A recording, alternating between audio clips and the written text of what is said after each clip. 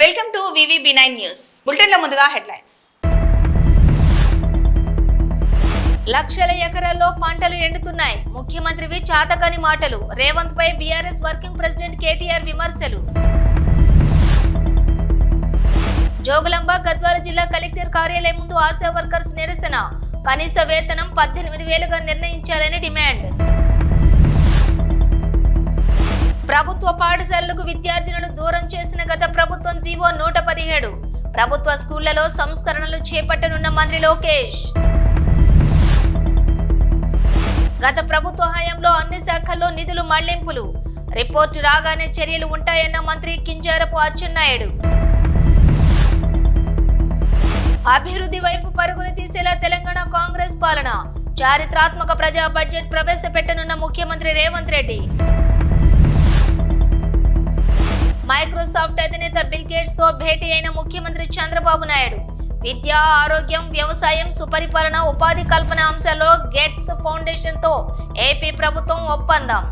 రాష్ట్ర వ్యాప్తంగా లక్షల ఎకరాల్లో పంటలు ఎండుతున్నాయి. అంటే ముందు చూపులేని ఈ సన్యాసి సోయిలేని కాంగ్రెస్ ప్రభుత్వమే కారణమని బీఆర్ఎస్ వర్కింగ్ ప్రెసిడెంట్ కేటీఆర్ అన్నారు. ఎండల వలన పంటలు ఎండిపోతున్నాయని ముఖ్యమంత్రి చేతకాని మాటలు చెబుతున్నాడు. దానికి ముమ్మాటికి కారణం రేవంత్ రెడ్డినే. రేవంత్ రెడ్డి చేతకానితనం, తెలివిలేనితనం, సాగునీటి నిర్వహణ, ప్రాజెక్టుల నిర్వహణ చేయలేని చేతకాని లేనితనం వల్లనే పంటలు ఎండిపోతున్నాయి. రైతుల పట్ల, రైతాంగం పట్ల ప్రభుత్వం తన బాధ్యత మర్చిపోయి మొద్దు నిద్రపోతుంది కాబట్టే పంటలు ఎండిపోతున్నాయి. ఎండిపోయిన ప్రతి ఎకరానికి 25,000 రూపాయల చొప్పున పంట నష్ట పరిహారాన్ని చెల్లించాలని డిమాండ్ చేస్తున్నాం. ఎండిన ప్రతి ఎకరానికి రాష్ట్ర ప్రభుత్వం నష్టపరిహారం చెల్లించాలి. ఈ మేరకు రైతన్నలకు నష్టపరిహారం ఇచ్చేందుకు ఈ బడ్జెట్ లోనే నిధులను కేటాయించాలని బీఆర్ఎస్ తరపున డిమాండ్ చేస్తున్నామన్నారు. BRS working president KTR. మా దయాకర్రావు గారు, ఆ ప్రాంత నాయకులు రాజయ్య గారు అందరూ పోయి ఈ దున్నపోతు లాంటి ప్రభుత్వాన్ని మొద్దు నిద్ర నుంచి లేపేదాకా 35 రోజుల తర్వాత మొద్దు నిద్ర లేచి ఆఖరికి పంపులు చాలు చేస్తే ఇలా 600 కోట్ల నష్టం, పంట నష్టం ఒక్క జనగామ జిల్లాలో వచ్చింది. అందుకే అంటున్నాం, మేము ఇది కాలం తెచ్చిన కరువు కాదు, కాంగ్రెస్ ప్రభుత్వం తెచ్చిన కరువు, రేవంత్ రెడ్డి యొక్క తెలివి తక్కువతనం తెచ్చిన కరువు, రేవంత్ రెడ్డికి కేసీఆర్ గారి మీద ఉన్న గుడ్డి ద్వేషం తెచ్చిన కరువు తప్ప ఇంకోటి కానే కాదు. అటు గోదావరిలో, ఇటు కృష్ణలో రెండు వైపులా కూడా ఇవాళ రాష్ట్ర వ్యాప్తంగా పంటలు ఎండుతున్నాయంటే ఖచ్చితంగా దానికి కారణం ముందు చూపు లేని ఈ సన్నాసి ప్రభుత్వం, ముందు చూపు లేని మూర్ఖపు ప్రభుత్వం అని చెప్పక తప్పదు. ఇవాళ రాష్ట్ర ప్రజల తరపున, రాష్ట్ర రైతుల తరపున మేము డిమాండ్ చేస్తున్నది ఒకటే, లక్షల ఎకరాల్లో పంట ఎక్కడెక్కడైతే ఎండిందో ఇది తప్పించుకునేదానికి వీలు లేదు. మొన్న హరీష్ రావు గారు వివరంగా చెప్పినారు, ఎండల వల్ల పంట ఎండిందని ముఖ్యమంత్రి అంటాడు. బోర్ల కింద ఎండిపోతే మాకు బాధ్యత లేదని బాధ్యత రాహిత్యంతో ఇరిగేషన్ మంత్రి మాట్లాడతాడు. మేము రాష్ట్ర ప్రజల తరపున, రాష్ట్ర రైతుల తరపున ముఖ్యమంత్రిని, ప్రభుత్వాన్ని ఒకటే అడుగుతా ఉన్నాం. ఇవాళ పంటలు ఎండినాయంటే దానికి మీ చేతగాంతనం కారణం. గోదావరిలో నీళ్లుండి, కృష్ణల నీళ్లుండి వాడుకోలేని తెలివి తక్కువతనం కారణం. చెరువులు నింపలేని తెలివి తక్కువతనం, పంప్ హౌజులు టైంకి స్టార్ట్ చేయలేని తెలివి తక్కువతనం, బరాజ్ ఏమన్నా చిన్న ప్రాబ్లం ఉంటే రిపేర్ చేసి నీళ్లు తీసుకోవాలనే సోయిలేనితనంతోనే ఈ ప్రభుత్వానికి ఇవాళ బాధ్యత మరిచింది. అందుకే మేము రాష్ట్ర ప్రజల తరపున అడుగుతా ఉన్నాం, ఎక్కడెక్కడైతే పంట ఎండిపోయిందో ఎకరానికి 25,000 రూపాయల చొప్పున వెంటనే ఈ బడ్జెట్ లో డబ్బులు కేటాయించి నష్టపరిహారం రాష్ట్ర ప్రభుత్వమే చెల్లించాలి. రాష్ట్రంలో లక్షలాది ఎకరాల్లో పంట ఏదైతే ఎండుతుందో దానికి ఖచ్చితంగా ఈ ప్రభుత్వం రైతులకు క్షమాపణ చెప్పాలి. ఇలా భూగర్భ జలాలు అడుగంటున్నాయంటే ఖచ్చితంగా దానికి కారణం ఈ ప్రభుత్వమే. చెరువులు నింపకపోవడం, ఇష్టం వచ్చినట్టు చెక్ డ్యాములు నింపకపోవడం, ఇష్టం వచ్చినట్టు ఇసుక తోడుకోవడానికి, కేవలం ఇసుకతో దోపిడీ కాంగ్రెస్ నాయకుల జేబులు నింపడానికి మీరు చేసిన నిర్వాహకం అనే కారణం ఇవాళ గుర్తుపెట్టుకోవాలని కోరుతూ, రాష్ట్ర రైతాంగానికి కేసీఆర్ గారు ఉన్నారు, బీఆర్ఎస్ ఉన్నది, మేము భరోసాను ఇస్తూనే ఉంటాం, మీ తరఫున కొట్లాడుతూనే ఉంటాం. ఎక్కడెక్కడైతే పంటలు ఎండుతున్నాయో ఆయా ప్రాంతాల్లో పర్యటించి రైతుల్లో మనోధైర్యాన్ని నింపడానికి మేము ప్రయత్నం చేస్తూనే ఉంటామని చెప్పి కూడా తెలియజేస్తూ, రాష్ట్ర ప్రభుత్వం వెంటనే ఎకరానికి 25,000 రూపాయల నష్టపరిహారం ప్రకటించాలి, ప్రాయశ్చిత్తం చేసుకోవాలి, క్షమాపణ చెప్పాలని చెప్పి కూడా రాష్ట్ర రైతాంగానికి మేము డిమాండ్ చేస్తాం. Thank you.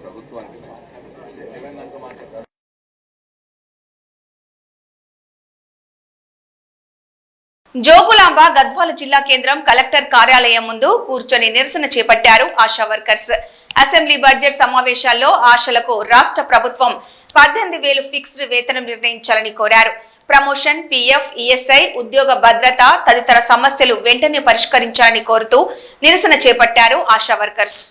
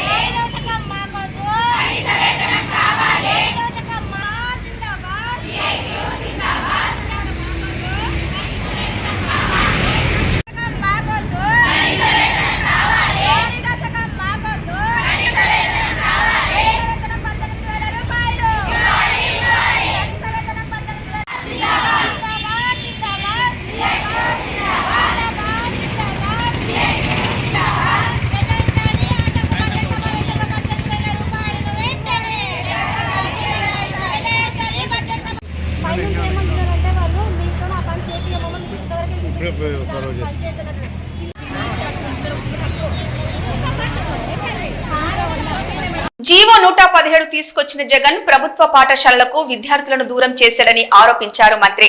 మేము సంస్కరణలు ప్రారంభించాం అని చెప్పారు నారా లోకేష్. ఈ రోజు 2014 నుంచి 24 వరకు ఒకసారి కంపేర్ చేస్తే అధ్యక్ష, 5వ తరగతి పిల్లలు 2వ తరగతి తెలుగు చదవడానికి ఇబ్బంది పడుతున్న విషయం వాస్తవ అధ్యక్ష. 2014 57% మంది పిల్లలు చదవగలిగితే అది 37.5% పడిపోయింది అధ్యక్ష. ఇది నేను చెప్తాం కాదు, ఏసర్ రిపోర్ట్ 2024 చెప్పింది. ఇంకో పక్కన 8వ తరగతి పిల్లలు 2వ తరగతి తెలుగు చదవగలుగుతారా అంటే 2014లో సుమారుగా 80% ఉంటే 2024 వచ్చగల 53%కి పడిపోయింది. అంతేకాకుండా 85% మంది పిల్లలు 3వ తరగతి పిల్లలు కనీసం 2వ తరగతి టెక్స్ట్ బుక్ చదవలేకపోతున్నారు. 63% అంటే 5వ తరగతి పిల్లల్లో చూస్తే 63% మంది బేసిక్ రీడింగ్ చేయలేకపోతున్నారు. 8వ తరగతి పిల్లలు చూస్తే కనీసం 50% మంది ఫ్లూయెంట్ గా మాట్లాడలేకపోతున్నారు. 3వ తరగతి పిల్లలు చూస్తే అధ్యక్ష 60% మంది బేసిక్ సబ్ట్రాక్షన్ చేయలేకపోతున్నారు. 8వ తరగతి పిల్లలు చూస్తే 55% మంది బేసిక్ డివిజన్ కూడా చేయలేకపోతున్నారు అధ్యక్ష. 90% మంది 3వ తరగతి పిల్లలకి బేసిక్ ఫౌండేషనల్ న్యూమరసీ స్కిల్స్ కూడా లేవని ఏసర్ రిపోర్ట్ పేర్కొనడం జరిగింది అధ్యక్ష. మీరు చూస్తే ఈ రోజు ప్రభుత్వ పాఠశాలల్లో సంఖ్య తగ్గిందనే విషయం వాస్తవం అధ్యక్ష. సుమారుగా 12 లక్షల మంది school education, board of intermediate కలిపితే సుమారుగా 12 లక్షల మంది విద్యార్థులు తగ్గిపోవడం జరిగింది అధ్యక్ష. ఇప్పుడు ఆ సంఖ్య 33.4 లక్షలకి వచ్చింది. ఎందుకు జరిగిందంటే అది గతంలో కొన్ని అనాలోచిత అంటామా లేదంటే కొన్ని సంస్కరణలు చర్చ లేకుండా ఉపాధ్యాయుల పైన, పిల్లల పైన, వాళ్ళ తల్లిదండ్రుల పైన రుద్దారా అనేది అది షార్ట్ డిస్కషన్ లో చాలా డీటెయిల్ గా డిస్కస్ చేసే అధ్యక్ష. ఆ జియోనే 117 జియో. ఆ 117 జియో వల్ల లోకల్ ఇష్యూస్ పరిగణనలో తీసుకుండా చేశారనక అక్కడి నుంచి ఫాస్టర్ డిక్లైన్ జరిగి పిల్లలు ప్రైవేట్ పాఠశాలలకు మారిపోతాం అనేది జరిగింది. సో ఇప్పుడు మన ప్రభుత్వం అంటే కూటమి ప్రభుత్వ అధికారంలోకి వచ్చిన తర్వాత నాణ్యత పెంచేదానికి 2-3 దాదాపు 10-15 సంస్కరణలు తీసుకున్నా. దాంట్లో ప్రధానమైన సంస్కరణల అధ్యక్ష నేను బలంగా నమ్మేది ఉపాధ్యాయుల ట్రాన్స్ఫర్ లో రాజకీయ నాయకులు జోక్యం ఉండకూడదు. అవుట్కమ్ బేస్డ్ జరగాలనే దానికి మన కేబినెట్ లో కూడా టీచర్ ట్రాన్స్ఫర్ యాక్ట్ అదే ఒప్పందం వచ్చింది, అదే పాస్ చేశాము. ఇప్పుడు అసెంబ్లీకి వస్తుంది అధ్యక్ష. ఈ రోజు అసెంబ్లీలో ఉంది, రేపు కౌన్సిల్ కి వస్తుంది అధ్యక్ష. అది ఫస్ట్ బిల్డింగ్ బ్లాక్. అదే కాకుండా అధ్యక్ష టెక్నాలజీతో జోడించి అంటే ఇప్పుడు ఉపాధ్యాయులు కూడా ఒక 45 నిమిషాలు పాఠాలు చెప్పిన తర్వాత కంపల్సరీగా ఒక 60 సెకండ్ వీడియో ప్లే చేసి ఆ పాఠాన్ని సమ్మప్ చేసే విధంగా, ఆ పాఠాలని సమ్మప్ చేసే విధంగా ఆ వీడియో ప్లే చేసి దాని తర్వాత క్లిక్కర్ టెక్నాలజీ ద్వారా పిల్లలకి అర్థమైందా అవులేదా అనేది కూడా తెలుసుకుని అక్కడి నుంచి ప్రిస్క్రిప్టివ్ హోంవర్క్ అంటే ఈ రోజు ఇక్కడ చూస్తే నారాయణ సార్కి ఒక హోంవర్క్ వస్తుంది, లోకేష్కి ఒక హోంవర్క్ వస్తుంది. అంటే ఆయనకున్న సబ్జెక్ట్ స్ట్రెంత్ వేరేది ఉంటుంది, నాకున్న సబ్జెక్ట్ స్ట్రెంత్ వేరేది.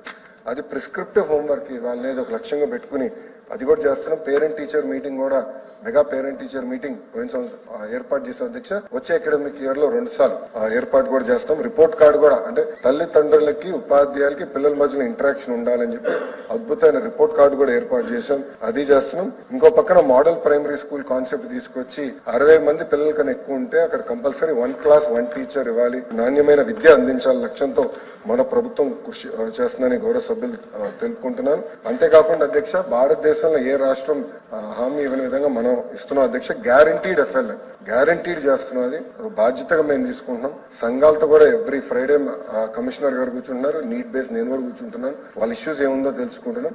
గ్యారంటీడ్ ఎఫ్ఎల్ఎన్ అందించాలని లక్ష్యంతో మేము పనిచేస్తున్నాం అధ్యక్ష. మేము బలంగా నమ్మేది ఈ 10వ తరగతి ఎగ్జామ్ ఇప్పుడు జరుగుతున్నాయి, ఇంటర్ ఎగ్జామ్ జరుగుతున్నాయి, దీంట్లోనే చాలా మార్పు రాబోతుంది. పర్ఫార్మెన్స్ ఇంప్రూవ్ అవుతుందని బలంగా నమ్ముతున్నాం. వచ్చే సంవత్సరంలో మీరు చూస్తే leaps and bounds outcomes improve చేసే బాధ్యత కూటమి ప్రభుత్వం తీసుకుంటుందని గౌరవ సభ్యులు తెలుపు. రాష్ట్రీయ కృషి వికాస్ యోజన ఒక్కటే కాదు, అన్ని శాఖల్లో కూడా నిధులు మొత్తం కూడా గత ప్రభుత్వంలో డైవర్ట్ చేశారని ఆరోపించారు మంత్రి అచ్చెన్నాయుడు. ఇప్పటికే ఫైనాన్స్ డిపార్ట్మెంట్ దీనిపై విచారణ చేస్తోంది.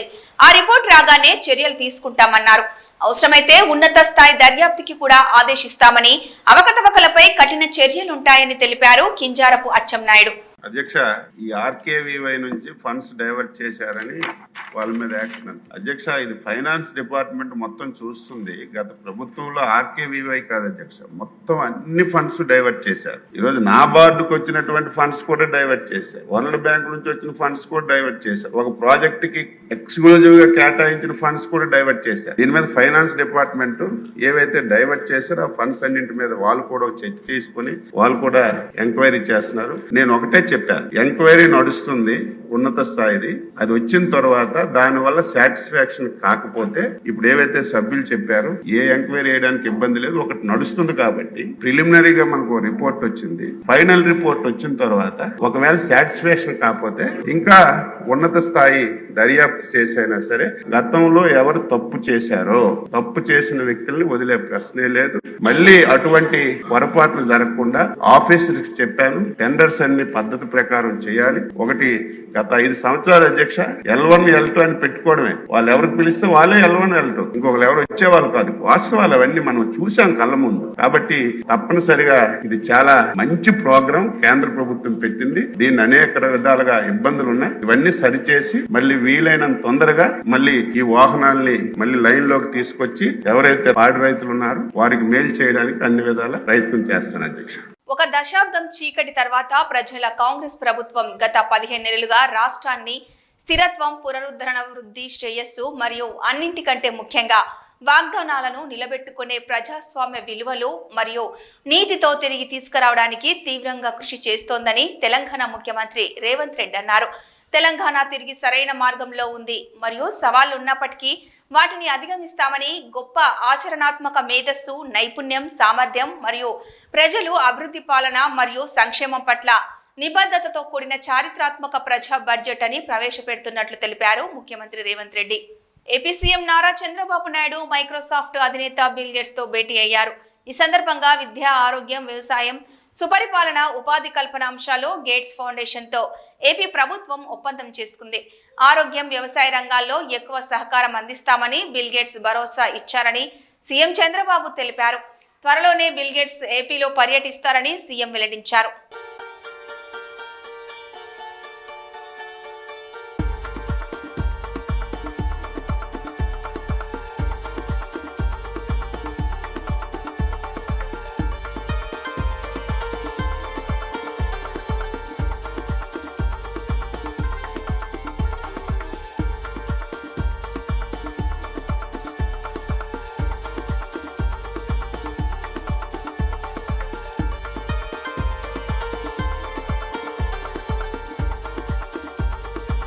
ప్రకాశం జిల్లా కనిగిరి పట్టణంలోని బాలికల పాఠశాలలో 6-7వ తరగతి విద్యార్థుల పట్ల రంగారెడ్డి అనే ఉపాధ్యాయుడు లైంగిక వేధింపులకు పాల్పడ్డాడని తల్లిదండ్రులు ఆరోపించారు.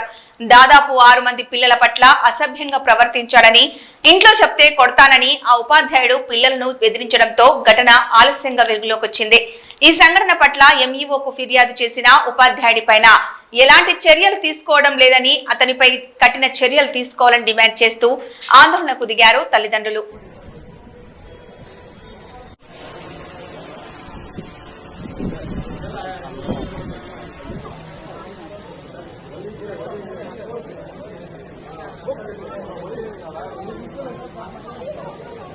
బాలుకరత పాఠశాలలో అక్కడ విద్యార్థులు చెప్పే రంగారెడ్డి అనే టీచరు బాలికలతో అసభ్యంగా ప్రవర్తిస్తూ లైంగిక వేధింపులు గురి చేస్తున్నారని చెప్పి ఆ చిన్న పిల్లలు భయపడుతూ వాళ్ళ తల్లిదండ్రులకు చెప్పడంతో కోపోతులైన తల్లిదండ్రులు ఈరోజు వాళ్ళ బంధువులందరికీ చెప్పుకొని అందరినీ తీసుకొని ఈరోజు స్టేషన్కి రావడం జరిగింది కంప్లైంట్ ఇవ్వడానికి. ఇతను గత 10 రోజులుగా ఇలాగే దాదాపుగా 5-6 పిల్లలను లైంగికంగా వేధిస్తున్నాడని చెప్పి మీరు ఇంట్లో ఏదైనా సరే చెప్తే మీ మీద తగు చర్యలు తీసుకుంటాను, మీకు స్కూల్కి రానియను, మీకు టీసీ పంపుతాను, అట్లా రకరకాలుగా వేధిస్తున్నాడని చెప్పి ఆ పిల్లలు భయపడి తల్లిదండ్రులకు ఇంతకాలం చెప్పుకోలేకపోయారు. ఈరోజు ఇంకా వేధింపులు ఎక్కువ కావడంతో ఈరోజు భయభ్రాంతులైన పిల్లలు వాళ్ళ తల్లిదండ్రులకు చెప్పుకోవడం జరిగింది. దాని మీద తగు చర్యలు, కఠినమైన చర్యలు తీసుకోవాలని, ఇటువంటి కీచక ఉపాధ్యాయుల మీద ప్రభుత్వం ఉక్కు పాదంతో వీళ్ళ మీద శిక్షలు అమలయ్యేటట్టు మంచి సెక్షన్లు పెట్టి కేసులు నమోదు చేయాలని ఈరోజు అన్ని సంఘాల వారు కోరుకుంటున్నారు. కాబట్టి ఈరోజు కర్ణాటక తరహాలో ఏపీ ప్రభుత్వ కాంట్రాక్టుల్లో ఎస్సీ ఎస్టీలకు 24%, ఓబీసీలకు 15% పనులు ఇవ్వాలని కేంద్ర మాజీ మంత్రి, కాంగ్రెస్ పార్టీ సీనియర్ నాయకులు చింతామోహన్ విజ్ఞప్తి చేశారు. ఎస్సీ వర్గీకరణపై నిన్న ఆంధ్రప్రదేశ్ కేబినెట్ తీర్మానం చేయడం చూసి కళ్లలో కన్నీళ్లొచ్చాయని, ఎస్సీ వర్గీకరణ టీడీపీకి నష్టమని, పేదవాళ్లు, అంటరాని వాళ్ల అమాయకత్వాన్ని అండగా చేసుకుని బలహీన వర్గాలపై బలమైన వర్గాలు దాడి నిన్నటి నిర్ణయమని చెప్పారు. దక్షిణ భారతదేశంలో దళితుల్లో 100లో 90 మంది మాలలు, ఉత్తర భారతదేశంలో దళితుల్లో 90% మాదిగలు ఉన్నారా లేదా చంద్రబాబుకు తెలియదని, ఎస్సీలను వర్గీకరణ చేయడం దేశానికి మంచిది కాదని, దేశ సమైక్యతకు చాలా నష్టమని, రాబో రోజుల్లో దీని ప్రభావం తెలుస్తుందన్నారు. మీ ముందు 3 అంశాలు మీ ముందు వచ్చేదానికి రావడం జరిగింది. ఒకటి వర్గీకరణ క్యాబినెట్ నిర్ణయం, రెండవది సనాతన ధర్మం పవన్ కళ్యాణ్ పిఠాపురం, మూడవది ప్రైవేటీకరణ ఉక్కు ఫ్యాక్టరీ తిరుపతి విమానాశ్రయం. చాలా బాధపడుతున్నాను నేను. పేదవాళ్ళ అంటరాని వాళ్ళ అమాయకత్వాన్ని అండగా చూసుకొని బలహీన వర్గాల పైన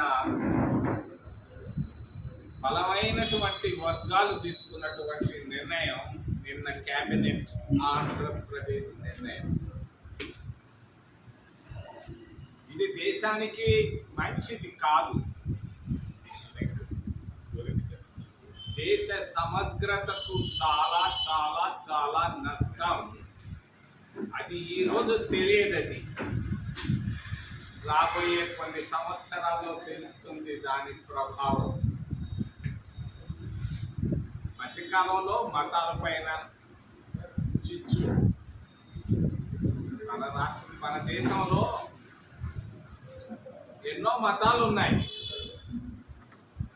ఈ గత 10 సంవత్సరాల్లో మతాల మధ్య చిచ్చు స్పష్టంగా కనిపిస్తా ఉంది.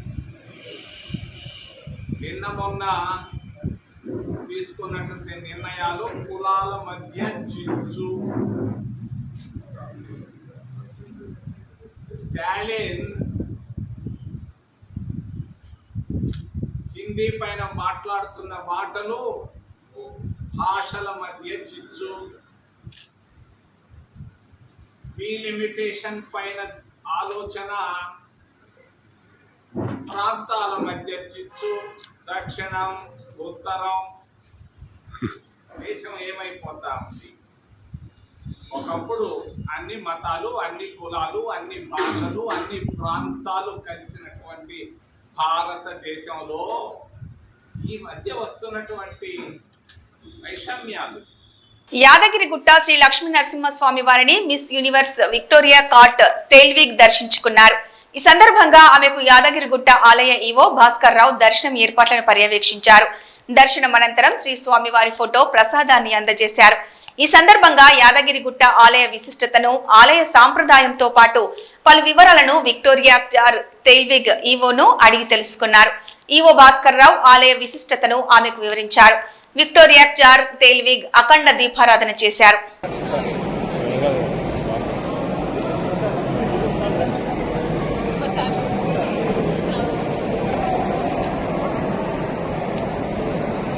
తెలుగు రాష్ట్రాల జలవర ప్రధాయినిగా పేరొందిన నాగార్జున సాగర్ జలాశయం నీరు లేక వేలవేలబోతోంది. తెలుగు ప్రజల ఆర్థిక, వ్యవసాయ, విద్యుత్ ఉత్పత్తి తదితర రంగాలకు ప్రాణం పోసే బహుళార్థ సాధక ప్రాజెక్టు డెడ్ స్టోరేజ్ కు చేరుతుండడం పరిస్థితి ఆందోళనకరంగా మారింది. 22 లక్షల ఎకరాలకు సాగునీరు, జంట నగరాలతో పాటు వందల గ్రామాలకు తాగునీరు అందించే నాగార్జున సాగర్ ప్రాజెక్టులో పూర్తి స్థాయి నీటి మట్టం 590 అడుగులకు ప్రస్తుతం 519 అడుగుల నీరుంది. పూర్తి స్థాయి నీటి మట్టం నిల్వ సామర్థ్యం 312 టీఎంసీలకు 148 టీఎంసీల నీరు నిల్వ ఉంది. జలాశయం 510 అడుగుల కనిష్ట నీటి మట్టానికి చేరితే సాగుకు నీటి లభ్యత కష్టంగా మారుతుంది. సాగర్ డ్యాంలో నీరు కనిష్ట నీటి మట్టానికి చేరువవడంతో ఇరు రాష్ట్ర ప్రభుత్వాలు కేఆర్ఎంబీ ఆదేశాల మేరకు వారబంది పద్ధతిలో సాగర్ ఎడమ, కుడి కాలువల ద్వారా పంటలకు నీటిని అందిస్తున్నాయి. నీటి కొరతతో కృష్ణా పట్టే ప్రాంతంలోని ఆయకట్టు పంటల భవితవ్యం ప్రశ్నార్థకంగా మారింది.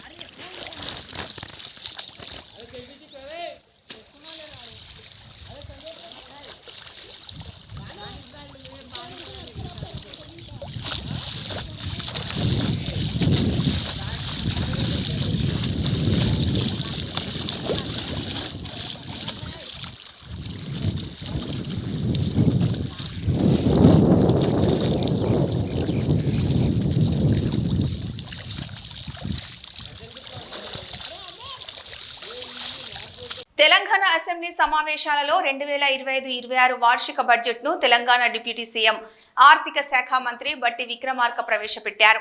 2025-26 ఆర్థిక సంవత్సరానికి గాను వార్షిక ఆదాయ వ్యయ పట్టిక బడ్జెట్ను సభలో ప్రవేశపెడుతున్నాను.